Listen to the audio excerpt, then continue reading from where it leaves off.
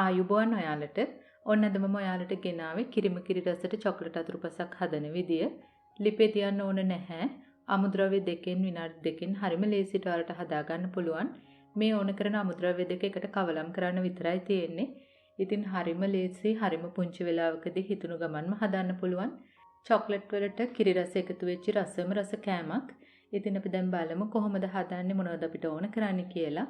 ඕන කරන දේවල් වල ලිස්ට් එක පුරුදු විදියටම ඩිස්ක්‍රිප්ෂන් බොක්ස් එකේ බලන්න. මම දැන් මුලින්ම ඔයාලට කියලා දෙන්නේ චොක්ලට් ටික හරියටම දිය කරගන්නේ කොහොමද කියලා. මෙතනදී ඔයාලට ඕනම චොක්ලට් එකක් ගන්න පුළුවන්. මුලින්ම මම මේ වගේ තද උණු වතුර භාජනයක් අරගෙන ඒකට උඩින් මේ වගේ බෝල් එකක් තියෙනවා. ඊළඟට මම එකතු කරනවා චොක්ලට් ග්‍රෑම් 100ක්.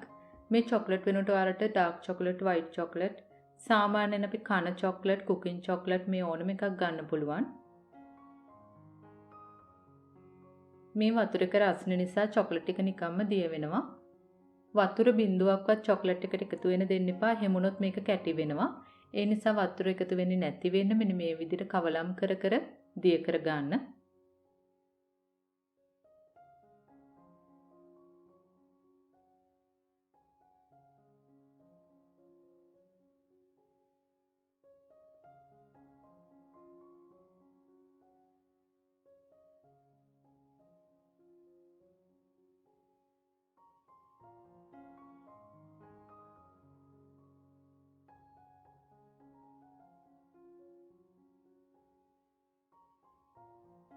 ඔන්න දැන් චොක්ලට් ටික හොඳටම දිය වෙලා තියෙනවා. මම දැන් වතුර එකෙන් එළියට ගත්තා. දැන් අපිට පුළුවන් මේ වගේ හොඳට දිය කර ගන්න.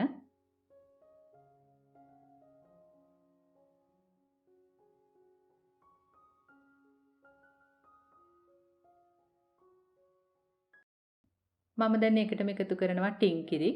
මේස හැන්දක්, මේස හැන්දි එකමාරක් විතර එකතු කරන්න පුළුවන්. ටික ටික එකතු කරන ගමන් මෙන්න මේ වගේ හොඳට කවලම් කරන්න. ටින්කිරි එකතු කරන නිසා ගොඩාක්ම කිරි රසක් එකතු වෙනවා. ඉතින් ඒක නිසා හරිම රසවත් චොක්ලට් අතුරුපසක් තමයි හැදෙන්නේ.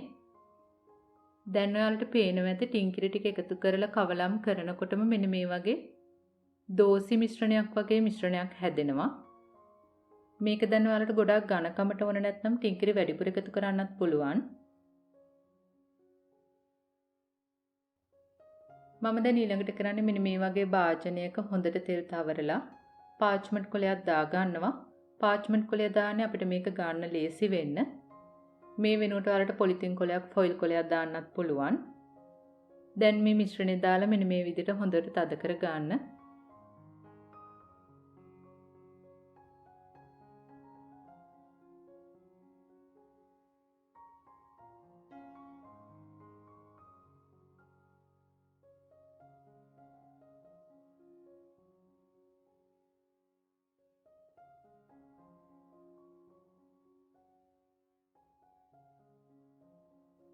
මම අද ගත චොක්ලට් ග්‍රෑම් 100යි. ඒ නිසා මෙන්න මේ වගේ පොඩි ප්‍රමාණයක් තමයි එන්නේ. ඉතින් ඔයාලට වැඩිපුර හදා ගන්න ඕන නම් චොක්ලට් ටින්කිරි වැඩි කරලා වැඩිපුර හදා ගන්න පුළුවන්.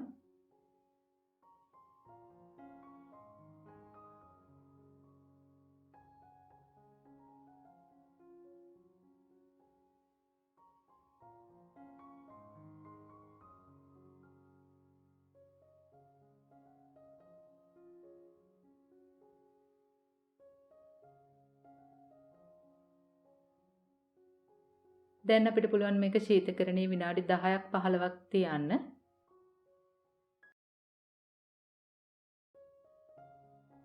මම දැන් මේක ගත්තේ පැය භාගයකට පස්සේ, ඒ නිසා ටිකක් වැඩිපුර හයිය වෙලා තියෙනවා.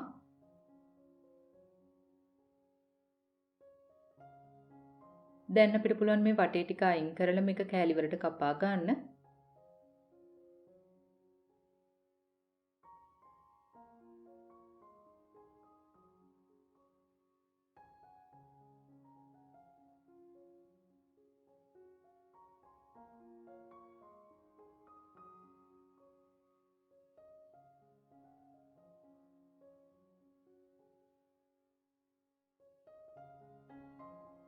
මේ අතුරුපසේ තියෙන සාමාන්‍ය චොක්ලට් රස නෙමෙයි, සාමාන්‍ය ටින්කිරි රසත් නෙමෙයි, ටින්කිරි චොක්ලට් එකතු වුණාම එන වෙනස්ම විදිහේ කිරිම කිරි රස චොක්ලට් එකක් තමයි ලැබෙන්නේ.